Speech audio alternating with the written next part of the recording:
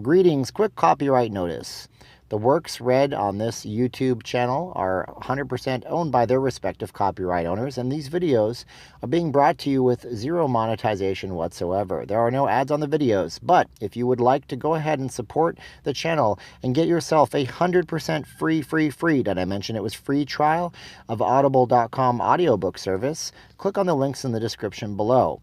Additionally, you can also get a 100% free, doesn't cost you anything, trial of Amazon's Kindle Unlimited Lending Library by clicking the link in the description below. This helps support the channel.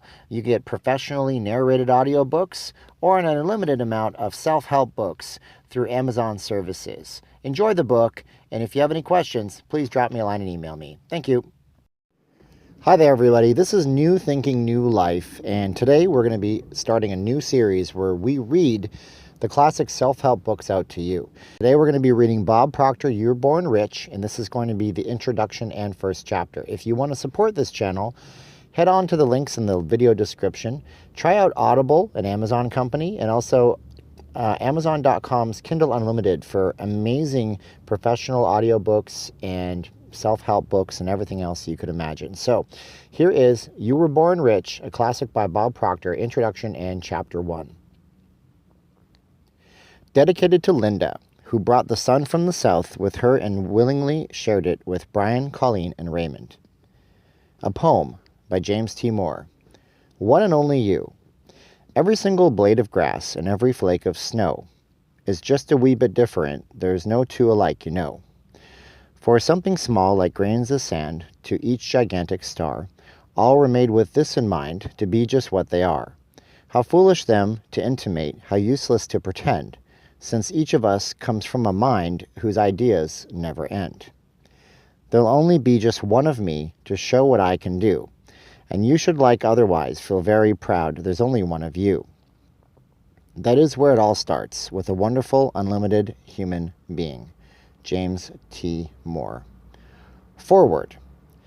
Zig Ziglar may be the master motivator, Mark Victor Hansen of Chicken Soup for the Soul, the master storyteller. Anthony Robbins may be the guru of personal development, but Bob Proctor is the master thinker. When it comes to systemizing your life, no one else can touch him. He is simply the best. Bob Proctor collects thoughts like Imelda Marcos used to collect shoes. He strings them together in exquisite arrays, one thought leading logically to the next until the whole method has been constructed. In this volume, You Were Born Rich, Bob Proctor has done it again, this time taking you step by step, the surprising discovery that success is not always reaching out for something that you don't have, but rather only reaching over and rearranging the pieces already there. I read with fascination as Bob carefully built his case and then found myself instantly applying his conclusions to ongoing projects and relationships. Therein lies the great value of this book. You can instantly apply the conclusions to your own life. It will begin to impact you long before you reach the last chapter. Bob often says that he is not really making suggestions that are new, that in fact we already instinctively know these truths. He may be a little modest in this regard. He certainly offers nuances that are new to me, and some may make the difference between success and failure. I found that even some of his obvious success ideas were dormant and unappreciated in my own life, and the ones that I thought I knew and understood, the ones that I personally subscribed to that were active in my life, well, they were rearranged in an order that made them even easier to put to use. Practical, that is the word that comes to mind. The theories in You Were Born Rich can work for anyone, anywhere, anytime. Remember, Bob Proctor is a direct link to the modern science of success, stretching back to Andrew Carnegie, the great financier and philanthropist. Carnegie's success inspired and enthused Napoleon Hill, whose book Think and Grow Rich in turn inspired a whole genre of success philosophy books that now take up large sections of modern bookstores. Napoleon Hill, in turn, passed the baton on to Earl Nightingale, who has since placed it in Bob Proctor's capable hands. Bob Proctor sat at the feet of these giants at Nightingale Conant and their whole stable of speakers and writers, growing to love and appreciate their discoveries before ever attempting to build on them himself. But once he began to share his knowledge of these timeless principles, the flow never stopped. His books, tapes, email, and internet messages have inspired millions.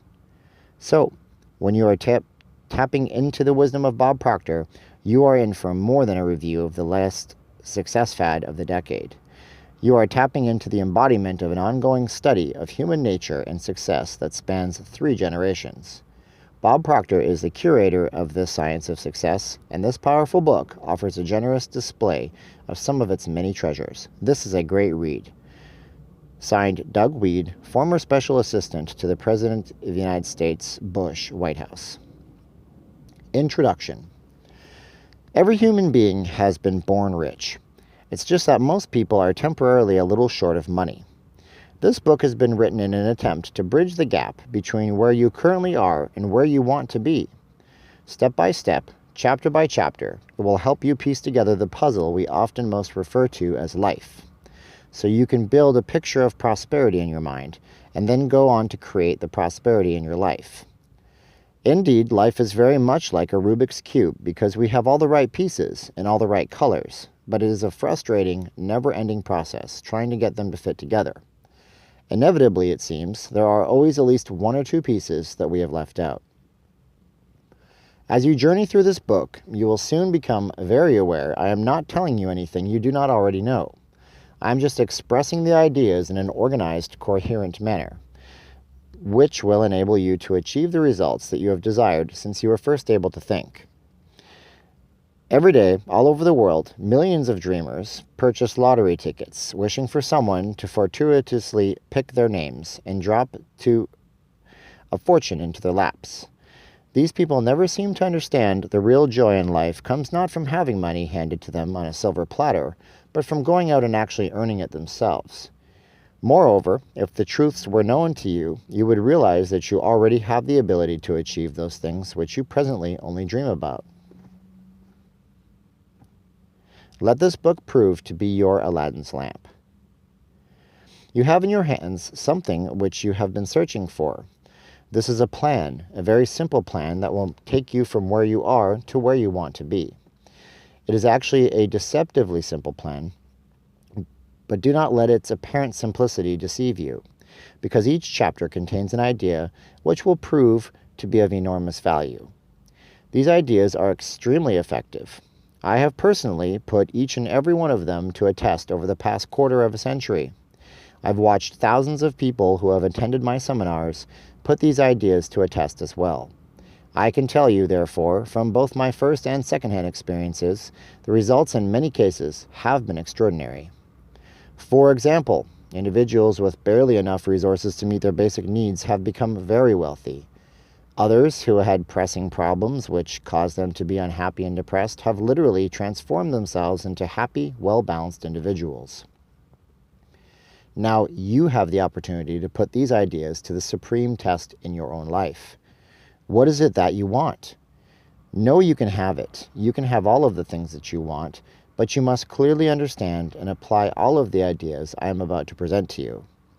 No amount of reading or memorizing will give you the success you desire. It is only the understanding and application of right thinking that counts. So regardless of what I or anyone else might say, you're going to have to prove these ideas to yourself. I could have filled this book with scientific data showing you in black and white exhaustive studies documenting the fact that these ideas actually do work. However, other than possibly satisfying the analytical side of your mind, that sort of information would be of little practical use to you. Although I do use many examples in the following pages which describe how individuals, or possibly families, have put these ideas to work, and I've explained the benefits which they have derived, I have deliberately omitted any scientific research, as I have found that it serves little purpose from a practical or result-oriented point of view. It will only slow you down and possibly cloud your thinking. This book has been written in such a way that it actually maps out a mental course for you to take to reach any objective you would like to reach. You can journey from one chapter to the next, each successive chapter lifting you to a greater awareness of yourself, your true self, and of your true abilities. You must, however, keep in the forefront of your mind one important fact. The rewards which you will receive in this life, material or psychic, will not come to you because of your potential, but rather because of your performance. Come with me and enjoy a sneak preview of the journey which you are about to take. In the first chapter, Me and Money, we start to see what this elusive stuff called money actually is. We begin to relate to money as we should, and we develop an understanding of why all great thinking people burn a basic principle deep into the recesses of their mind. That is, we should love money and we should love people and use money, not love money and use people. We also find out what happens to anyone who is careless enough to get that equation reversed. This chapter will help you realize there is, in point of fact, no sin in great wealth. On the contrary, it is your duty to become wealthy. The second chapter, How Much is Enough, will help you take a careful inventory of your thoughts and your true financial situation. You will learn how to decide how much is enough for you. You will discover that you should have the amount of money you need to provide you with the things you want and to live in your style that you choose. When this decision has been made, you will be prepared to march into chapter number 3, the image maker. You will gain the awareness that your entire life is governed by images. It necessarily follows, then, that you should be acutely aware of the images that you are building in your mind, and you should also be aware of the necessity of building these images, which will produce the results that will move you onward and upward, towards your desired destination. You will begin to understand what you are, in truth, a co-creator. Make certain that you often review what your responsibility is in your co-creative partnership. Chapter 4, Let Go and Let God, helps you develop a strong faith based on a deep understanding. It will assist you in freely letting go of your image, turning it over to the power within you so that the power itself can go to work and begin to materialize in physical results as an exact replica of your mental image. The next chapter, Expect an Abundance, will prove to be a mind-expanding experience. The word expectation will take on a brand new meaning for you, and you will witness this awesome power invoked by this mindset. The law of vibration and attraction clears up many question marks that have been in our minds for years. It becomes evident why some people keep attracting what they do not want, while others attract exactly what they do want. You will learn how to magnetize yourself to the good that you desire.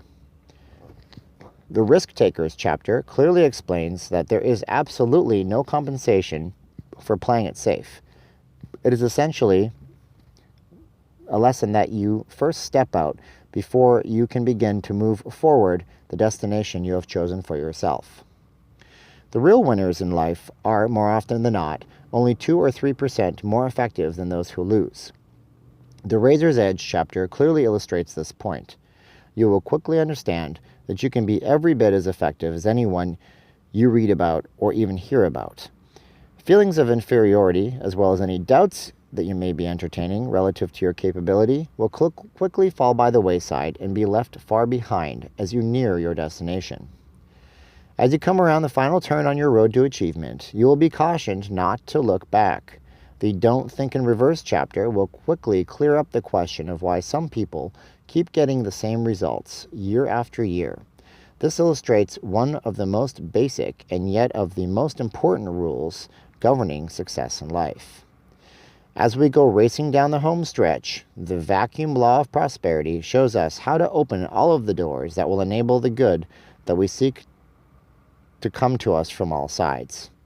This is not only a rewarding law, but a truly enjoyable one for you to learn. It will help pull all of your other ideas together to complete your picture and get you to your desired destination safely and on a schedule. Before you begin, let me caution you once again that reading and memorizing will never make it happen for you. It is only understanding and application of the right ideas that will produce the results that you desire. Think about each idea very closely. They are all simple and easy to understand, but you must act on them. Keep this book with you, continually review it, and you will begin to see evidence of everything that is explained in it in your material world. This entire book has been prepared with the sincere hope that you will enjoy every step of your journey into a truly new way of living. Those who know the truth learn to love it. those who love the truth learn to live it. Chapter 1. Me and Money. The Edgewater Beach Hotel. In 1923, at the Edgewater Beach Hotel in Chicago, 8 of the world's wealthiest financiers met. Those 8 men controlled more money than the United States government at the time. They included the president of the largest independent steel company, the president of the largest gas company, the greatest wheat speculator, the president of the New York Stock Exchange, a member of the president's cabinet, the greatest bear on Wall Street, the head of the world's greatest monopoly, the president of the Bank of International Settlement. Certainly, one would have to admit that a group of the world's most successful men was gathered in that place. At least, men who had found the secret of, quote, earning money. Now let's see where these men were 25 years later. The president of the largest independent steel company, Charles Schwab, lived on borrowed money for 5 years before he died bankrupt. The president of North America's largest gas company, Howard Hopson, went insane. The greatest wheat speculator, Arthur Cutten, died abroad, insolvent and poor. The president of the New York Stock Exchange, Richard Whitney, went on to Sing Sing Penitentiary. A member of the president's cabinet, Albert Fall, was pardoned from prison so he could die at home. The greatest bear on Wall Street, Jesse Livermore, died of a suicide. The head of the greatest monopoly, Ivor Kruger, also killed himself. The president of the Bank of International Settlement, Leon Fraser, also died of suicide. Each of these men learned well the art of earning money, but it would seem that not one of them had ever learned how to live the truly rich life, which was their birthright. It is stories like this one that have caused many well-meaning but ignorant people to say, "See, I told you, it's just not good to have a lot of money. It's bad," or "it just goes to show you that rich people really aren't happy." But of course, that is just not true. For although these 8 men would appear to have slid off the track, there are many wealthy people who are very happy, and who do a tremendous amount of good with their money. They live healthy, well-balanced lives. Consider this. Money will have a greater influence on your life than almost every other commodity that you can think of. Indeed, the sudden loss or acquisition of money will affect your attitude to a tremendous extent. Therefore, you must agree that everyone should have a deep understanding of exactly what money is, and of these laws governing its attraction. Yet the sad fact is that not 1 person in 10 does. 95 people out of 100 settle for what they get, wishing they had more all the way from cradle to the casket, never understanding that they could actually have had all that they wanted. Now let me digress for a moment. As you journey through this book, you might have a tendency to let your mind wander off, thinking about someone you know who has earned a great deal of money, or possibly someone who has gone into bankruptcy. But I want to suggest that you attempt to keep focusing only on yourself, because what someone else has or does not have is not going to affect you, and it's your financial situation that you want to improve. Money is important. One of the most prevalent misconceptions concerning money relates to its importance. For example, how many times have you heard people say in conversation, "Money isn't everything," or "Money isn't important," or "I don't care about money"? Well, the people who say these things might not care about money, but I'll bet their car dealer does, or their grocer does, and so does the person who holds their mortgage. In truth, there can be no denial of the fact that money is important to any person living in a civilized society. Therefore, to argue that it is not as important as this or that is absurd, for nothing can take the place of money in the arena in which it is used. Money is a servant. Now that I have affirmed the importance of money, let me backtrack to add this one word of caution. Always remember, money is a servant. You are the master. Be very careful not to reverse that equation, because many people of high intelligence have already done so, to their great detriment. Unfortunately, many of these poor souls loved money and used people, which violated one of the most basic laws governing true financial success. You should always love people and use money, rather than the reverse. Another myth that people like to accept about money is that it only comes from the result of luck or good fortune. For instance, whenever people gather to talk about someone they know who has been financially successful, there is always someone among them who will say, Harry was just lucky, or Harry was just in the right place at the right time. But I want to assure you that in no uncertain terms, although luck obviously plays part of the financial success, it is never sufficient in and of itself. Money is an effect, and it must always be earned. Believe me, there are no free rides in this life, and the only people who are making money the easy way either work in the mint or on their way to jail, if they have not already arrived there. Therefore, always bear in mind that while good fortune is a factor in financial success, it must always be coupled with effort and hard work. Money must circulate. A third thing you should know about money is that it is valuable only as long as it is being used.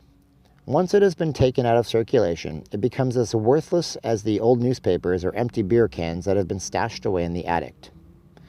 To understand the truth of this principle, consider the following story. On a bookshelf in my home, I have a silver beer stein that was given to me as a gift for a speech I made. Now, whenever I go into my house, I take all the change from my pockets and I put it into the cup. Then, when the cup is almost filled, I give it to one of my children, or one of my 2 young cousins. Each of them takes turns receiving the cup, and of course they eagerly anticipate their turn. The point I want you to notice, however, is that while the cup is being filled, the money in it has absolutely no value whatsoever. It just sits there, serving no useful function and not even drawing any interest. However, as soon as the cup is filled and the money is turned over to one of the kids, it literally flies into action.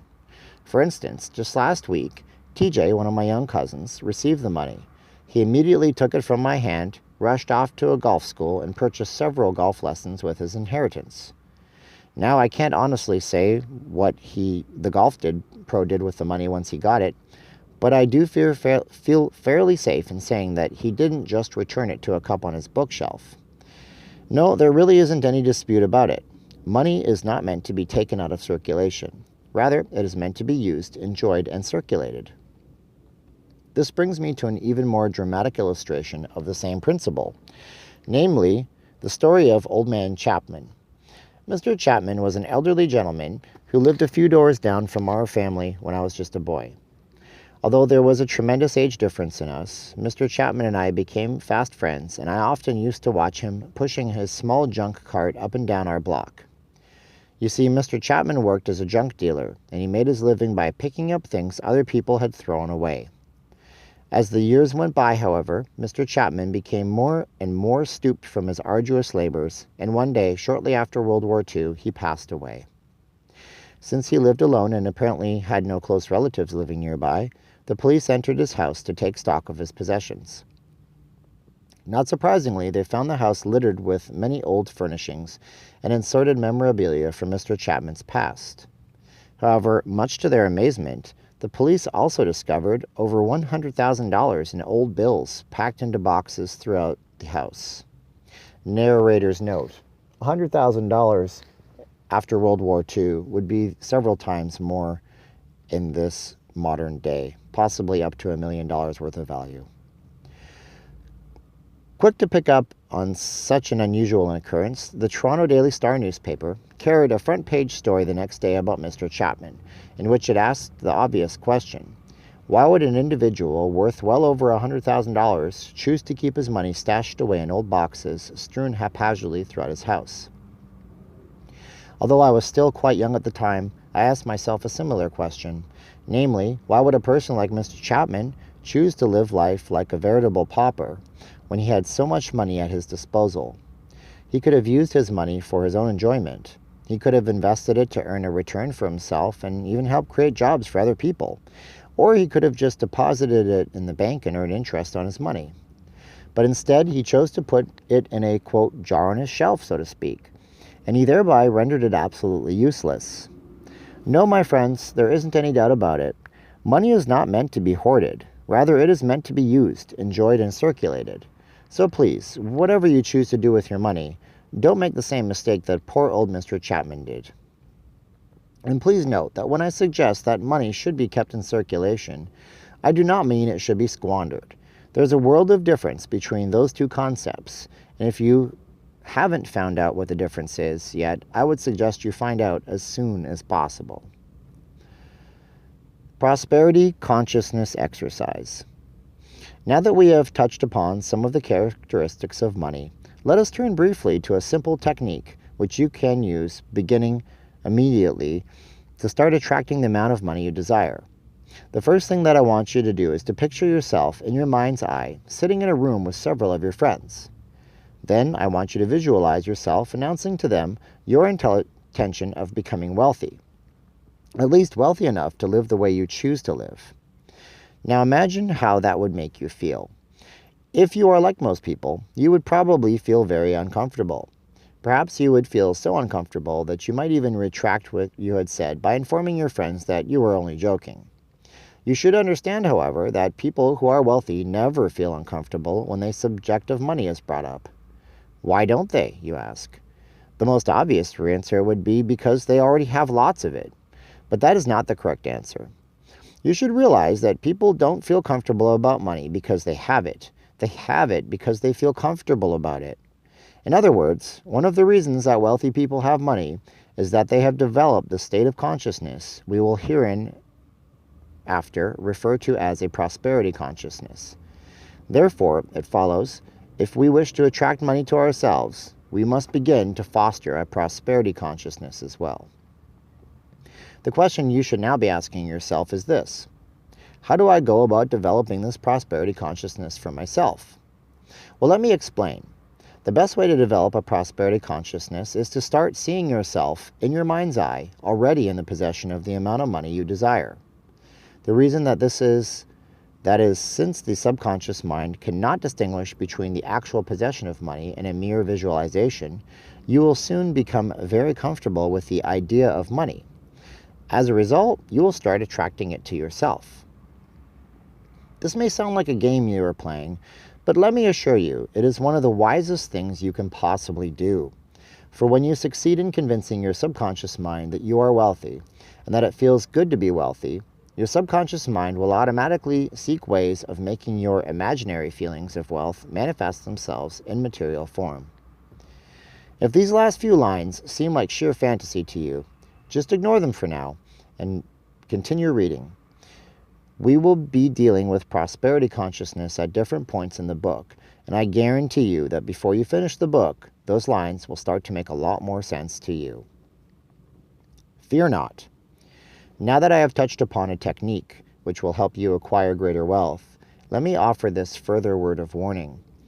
If you want to have money, one thing you should never do is worry about whether or not you will get the money you desire, or whether you will keep it. Let me elaborate.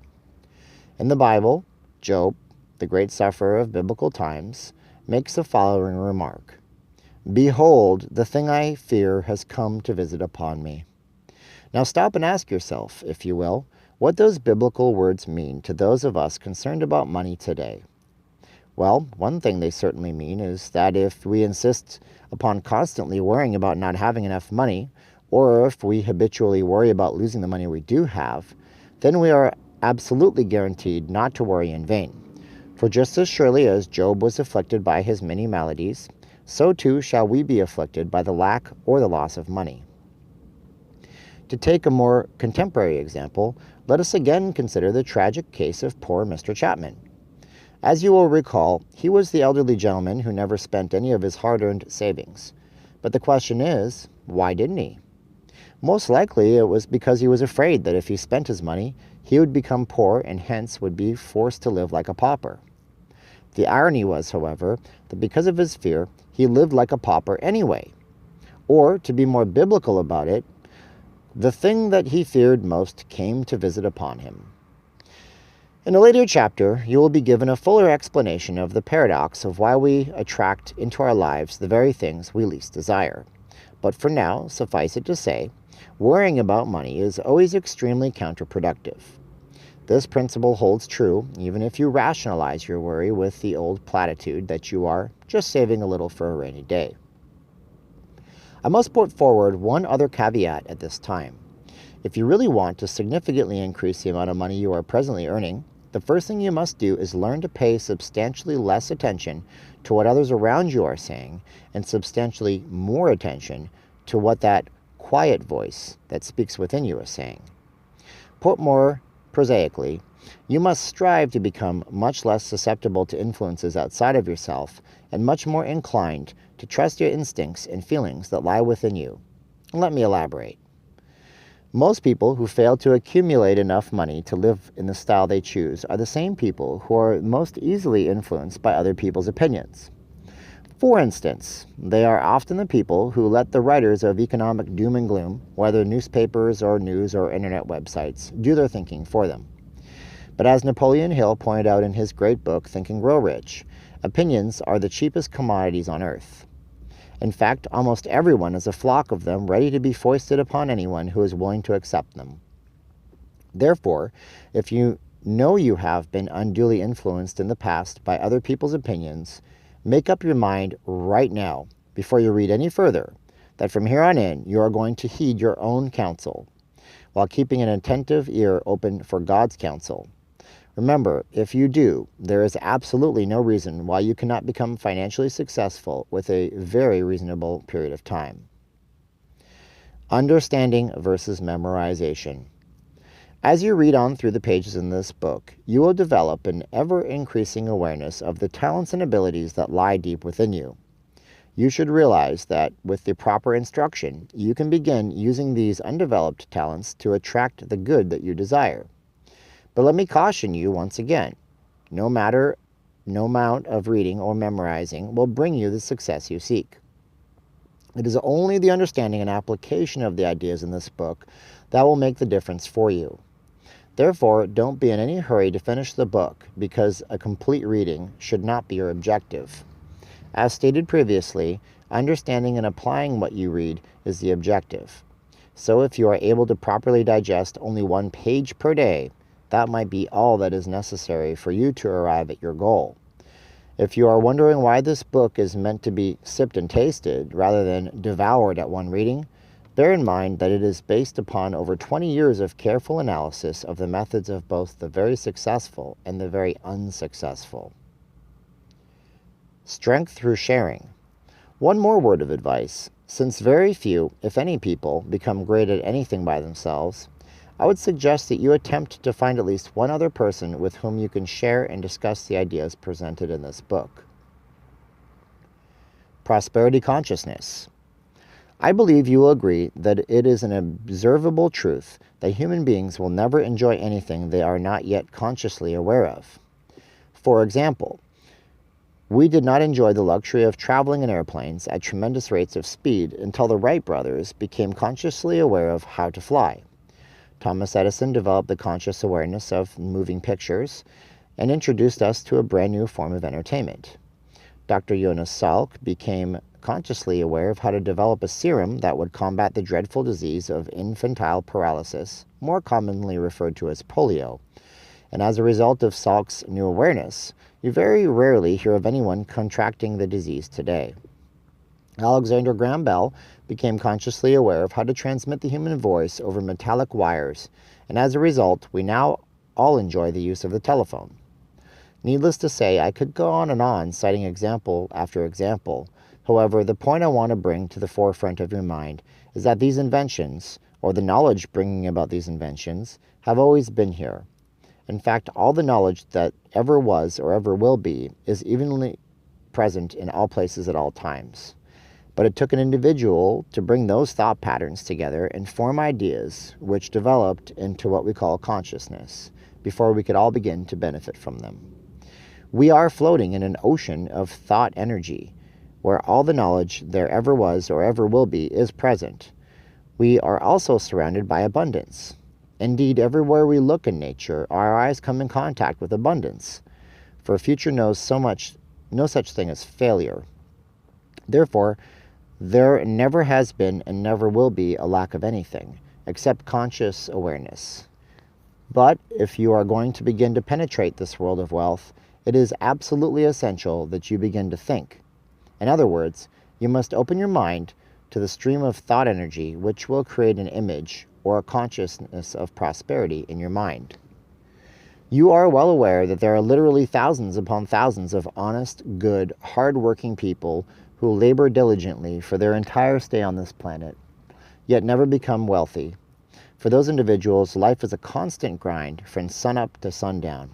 But the ideas presented on these pages have been put here in the hope that they will jar your mind and inspire you to open it up to this new type of thinking. Consciousness is, and always has been, developed through thinking, and regardless of what your present situation is in life, if you ever hope to improve it and truly become wealthy, as this book suggests you can, you must begin thinking of prosperity in your mind now. Not when you finish the book, not when you finish this chapter, not tomorrow, next week, next month, or next year. It must be done now. Thinking is the highest function of which a human being is capable, yet unfortunately, very few people think. They merely trick themselves into believing that because there is some mental activity taking place in their mind, they are thinking. But the truth is, most people are simply exercising the mental faculty called memory. They are playing old movies, so old pictures keep flashing back onto the screen of their minds. It is imperative that you begin this new way of thinking at this moment, because as you do, every fiber of your being will become filled with this new thought energy. Your body is comprised of millions upon millions of cells, and each one of them is influenced in its movement by thought impulses. So the second you begin entertaining relaxing thoughts, your body becomes relaxed. The instant you become entertaining worrisome, fearful thoughts, your body becomes rigid and tense. As you begin to hold thoughts of prosperity and begin thinking of yourself as very wealthy, prosperous individual who is surrounded by an ocean of thought energy, swimming in a sea of plenty, your body and mind will instantly move into a prosperous vibration, and you will begin to attract, just like a magnet, everything necessary for you to become wealthy. I know to the uninitiated, these ideas are just about as bizarre as anything a person could think of. Nevertheless, they are true. For mental awareness of prosperity always precedes wealth in your material world. It is not difficult, therefore, for children today, born into families of great wealth, like the Kennedys or the Brofmans, to think these prosperous thoughts and to have this prosperity consciousness, since that is the type of thinking that they were subjected to right from birth. We say they have been conditioned in or to prosperity. However, the majority of people have not been born into that kind of environment, and so they were not surrounded by that type of thinking. We must therefore develop an understanding of, number one, how we have become conditioned, number two, why we are getting the results we are getting, and number three, how we can change our way of thinking or our conditioning. This is not an easy thing to do. It takes much discipline. It takes a tremendous desire. It takes a lot of diligent effort, which is the probable reason so few people ever actually change. Yet I want you to know that regardless of how difficult it may be, it can be done, and it can be done in a relatively short period of time. The compensation you will receive for your efforts will delight you. I know that because I have done it, and I know many, many other people who have done the same thing. Now it is necessary for you to do it. The very fact that you have picked up and started reading this book is all the proof you will ever need to truly have and do the desire to change. Moreover, there is a way, a very sure way, for you to receive your desired good, and this book will outline that way for you. There is real power within you. Below the level of your consciousness is the great treasury of your subconscious mind, and that is the part of your personality we want to begin to influence through our new thought patterns. In order to make the issue definite and concrete, consider the following statement. Any idea, plan, or purpose may be planted in the subconscious mind by repetition of thought, empowered by faith and expectancy. You might be asking, can this statement be demonstrated to be true through experimentation and observation, or is there any known method or technique by which the proof may be secured? And is there any such a method or technique? Is it available to everyone?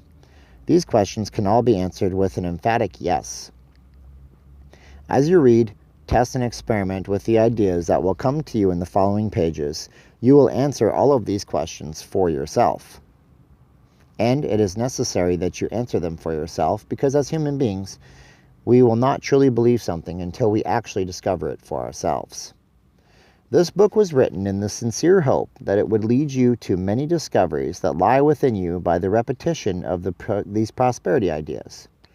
You must begin to see money as an obedient, diligent servant that you can employ to earn more money, and that you can use to provide services far beyond the service that you could ever physically provide.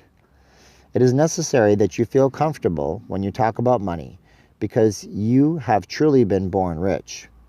You have all the mental tools necessary to attract the thoughts you are surrounded by, to create the consciousness that you must create in order for you to have the wealth you choose to have.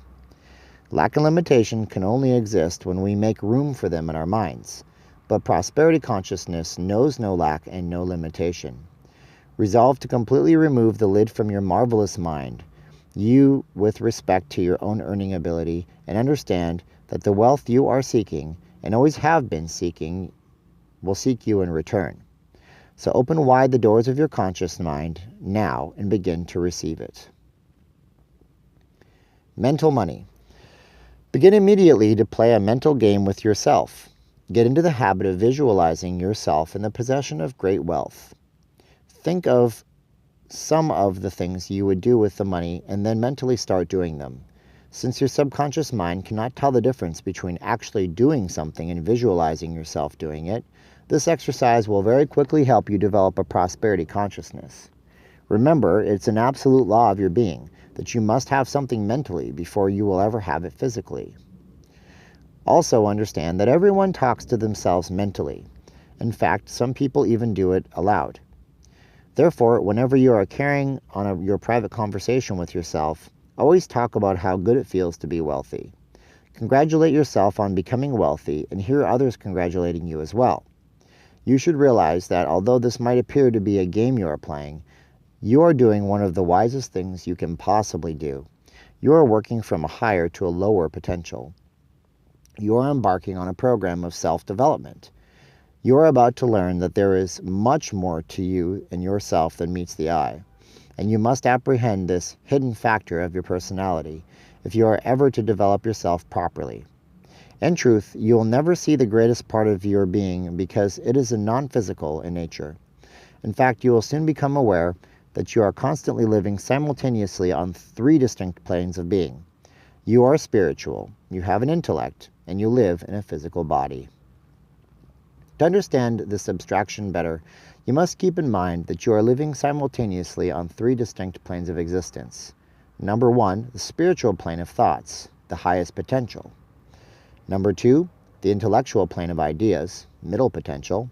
And number 3, the physical plane of results, the lowest potential. Therefore, by doing what I have suggested you do, you are merely using your divine nature to choose the thoughts. Example, money is good, I love people, and I use money. Money is a servant, I am the master. This will build you an idea. In our case, the idea happens to be that of great personal wealth or true financial success. Be very aware that ideas, such as the idea of financial success, never form by themselves. The human personality must always center into the process by thinking the thoughts which can then be used to build the idea. This is the very thing that makes the human being godlike, or you could say a creative creature, the highest form of creation. So by holding this beautiful idea or picture of financial success in your mind, you will be ultimately able to cause the idea to manifest itself into your life. Example, in your results. As you progress through the book, you will see how this actually occurs. Now let's take a couple of steps backwards. You'll remember that I wrote in a previous paragraph that you are working from a higher to a lower potential. What I meant by this is that you are working from thoughts, which are spirit, to the idea, which is intellectual, to the thing, which is physical, rather than working from a thing, which is physical, to a thought, spiritual, to an idea, which is intellectual. As you have probably done in the past, the vast majority of people will continue to do so in the future. That is to say, most people will look at a result in their life and then let that result dictate the thoughts they will then use to build up their ideas. For example, if they see that their bank account is empty, which is a result, they will choose to think thoughts of lack or loss, and then they will use those thoughts to build the idea of poverty. However, since the idea they are holding in their minds must manifest in their future results, they are actually bringing about a repeat performance of the very thing which they don't want, namely an empty bank account. It thus becomes a self-doom fulfilling cycle they are living, and clearly, this is not the way our Maker has intended us to live. Now, you might very well be saying to yourself that this is an absurd argument, for if a bank account is empty, it's simply empty. It isn't just realistic to look at an empty bank account and be able to visualize great wealth. But I want you to know this is the very kind of reasoning which perpetuates poverty and keeps poor people impoverished. You must begin to understand that the present state of your bank account, your sales, your health, your social life, your position at work, and so forth, is nothing more than the physical manifestation of your previous thinking. If you sincerely wish to change or improve your results in your physical world, you must change your thoughts, and you must change them immediately. If you take the time to really think through the information which is being presented here, you will conclude what has just been said makes perfect sense. In fact, anyone who truly understands the creative process will tell you what I have just said is not only right, but is the natural law of your being. It's the way God works, with and through the individual. This is also called prayer in some circles, prayer being the movement that takes place between spirit and form, with and through the individual. God has given you the ability to build any idea which you desire. You were born rich, and your abundance is contained in thought. So be good to yourself, choose magnificent ideas, and cease permitting your physical world to control your thinking. You can readily understand by now how everyone makes the great mistake. In Emerson's essay on self-reliance, he said, "Envy is ignorance." In other words, to look at another person's accomplishments or results, and then to envy them is truly unwise. For those people first chose their thoughts in order to build the picture in their mind of the good that is now manifest in their life.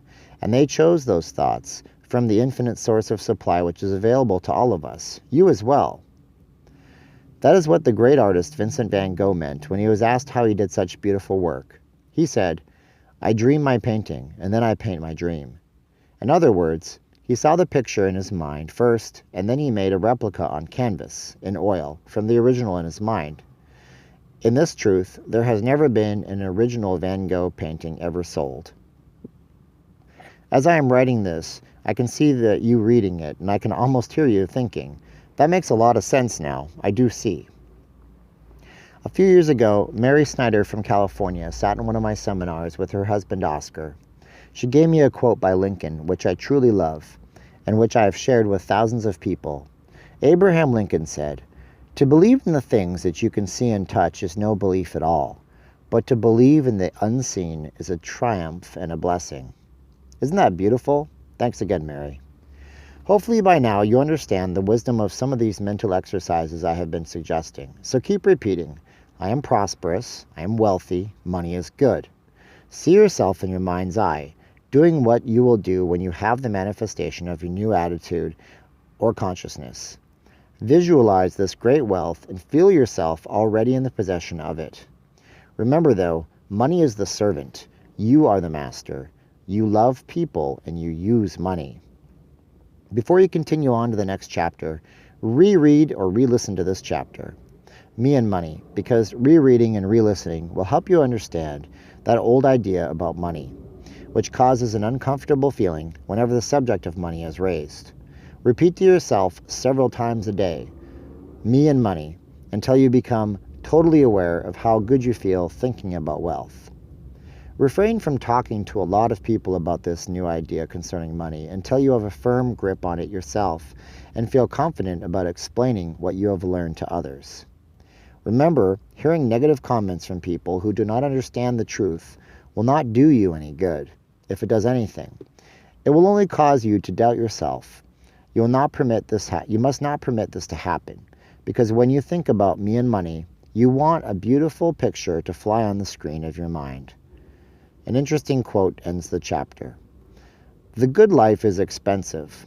There is another way to live that doesn't cost as much, but it isn't any good. Famous quote by Spanish distillers. That's the end of chapter 1 and the introduction to You Were Born Rich by Bob Proctor. I want you guys, if you enjoy and you guys want to support the channel, to use the links in the description below. Check out Amazon.com's Audible service as well as Kindle Unlimited. I'll be pasting links. These are affiliate links. If you click them, you help the channel out, but you guys will be helping yourselves out more when you go ahead and read some of these great masterworks and listen to some of these wonderfully professionally narrated audiobooks on the Audible service. I will point out that I have seen myself in my life have incredible results when I started writing down money that I wasn't even making. In my commissionable sales job, I managed to increase my commissions in sales, and I didn't even know what I was doing. By simply writing down a fact as though it already existed, as in I make blank amount of money per week, per month, per year, somehow my radar and somehow my gyration towards this amount of money did happen to me. And I don't know how that happened, but it just did. And I'll be forever grateful for that. So this has been the first chapter of Bob Proctor's You Were Born Rich. We're going to read chapter 2. Please try to use the links in the description below to check out Amazon. If you sign up, the channel gets some credit. And I hope to answer any questions you might have. Thanks for listening. New Thinking, New Life. We'll have chapter 2 coming up very soon. So make sure you subscribe to the channel. Thank you. Have a great day.